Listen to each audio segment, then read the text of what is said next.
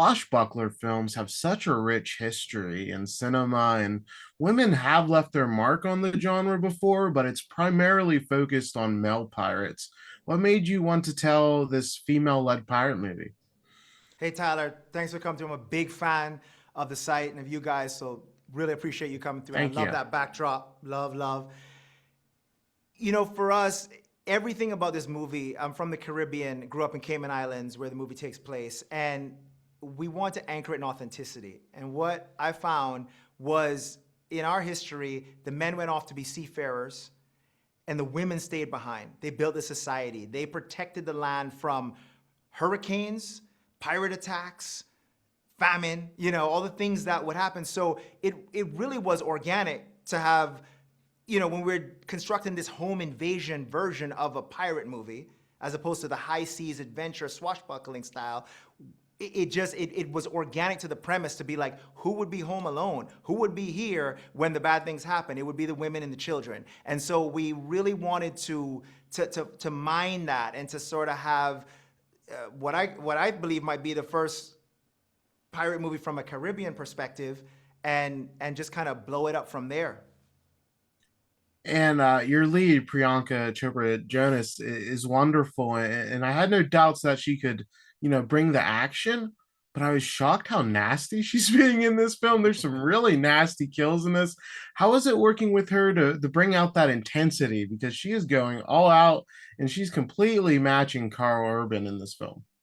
Oh, Priyanka's a beast, first of all. She's an incredible producer, performer, collaborator, mother. There's nothing she can't do. I'd be like, Priyanka, there's nothing. She was speaking at Harvard last week, and I'm like, literally, there's nothing you can't do, right? So, to have someone like her, who, if you actually go and look back at her work in Bollywood, not only Hollywood, right? She's got such a range of characters. And so as a director, you look at that and you go, yo, how can I tap into all that? Like you said, if even though she's a woman under attack, if she takes the way she takes that conch shell and goes full Fight Club on that dude's face, you're like, you're a psychopath.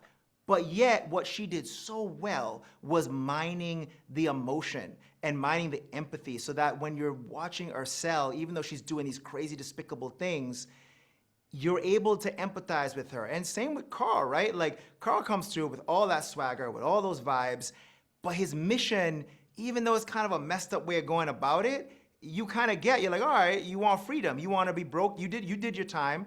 You served. You spilled blood, and now you want your piece of the pie, right? It's kind of a gangster film in that way. And so it was really having both of them tap into the layers of the character is what I think, led to some really special sauce.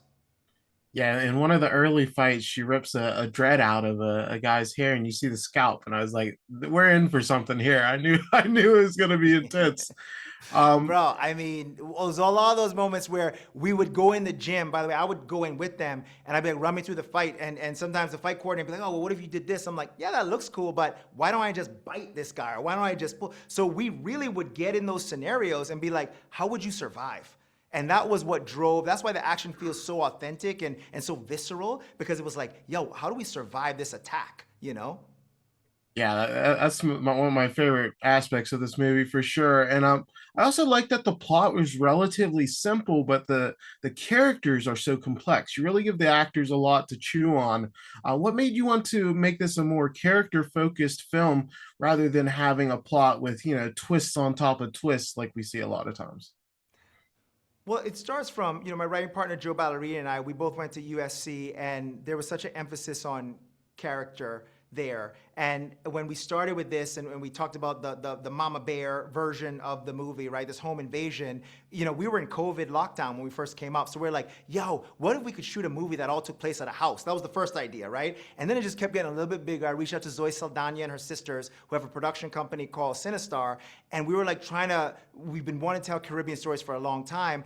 And so we were doubling down on the heart of it. We're doubling down on what, what was going through this woman's mind, what was her past, how did it go?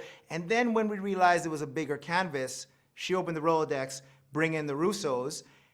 And I was surprised, actually, because they make such big films, right? That they were like character first. Everything is character, even the action, even the style. And so really there was this kind of true north of, you get interesting characters, the plot is you know, it's pretty, as you said, it's pretty simple, but like you can be more invested in a human being that you can relate to, right? And so we just tried to go at it with that the entire time, and that just guided our whole process, you know? That makes total sense. Frank, congrats on the film. I really enjoyed it, and this is going to be a real fun one for people to watch on Prime Video.